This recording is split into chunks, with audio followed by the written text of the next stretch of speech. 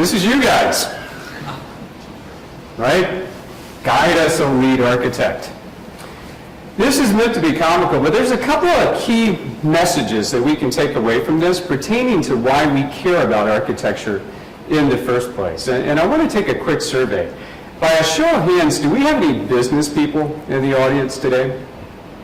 We have one business person, 2, 3. Oh, there's a few more going on. But relatively speaking, a small amount of business folks. Maybe next year you call this data and business process modeling or something, right? Getting more. So the reason I bring this up, the last time I gave this presentation, I had the privilege of speaking to a combined audience.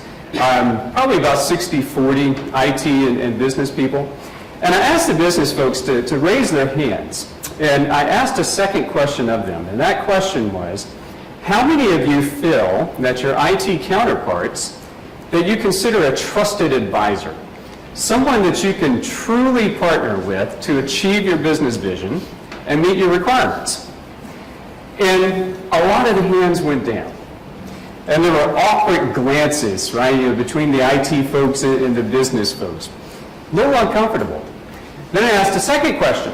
That second question was, of those of you that you have your hands remaining, how many of you would say that your IT counterparts have a solid track record for delivering solutions that meet your needs on time, on budget, and with minimal surprises along the way? And as you can imagine, pretty much all the hands went down, right? And this time, instead of awkward glances between people, now we've got angry stares, right? And they're looking at each other, and the IT folks are going, well, you business people are partially to blame.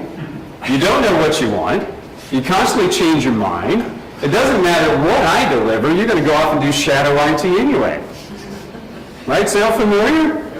And this is all symptomatic of that business IT divide that we hear so much about. So my point I want to convey is actually 2 points. So if you're writing this down with your pens, your lipstick, mascara, whatever you use to take notes, the 2 key points are good architecture.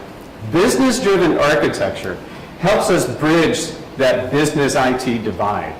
The second point is that good architecture helps us deliver solutions that meet requirements on time, on budget, and with minimal surprises along the way. And that's 2 of the key reasons why we care about architecture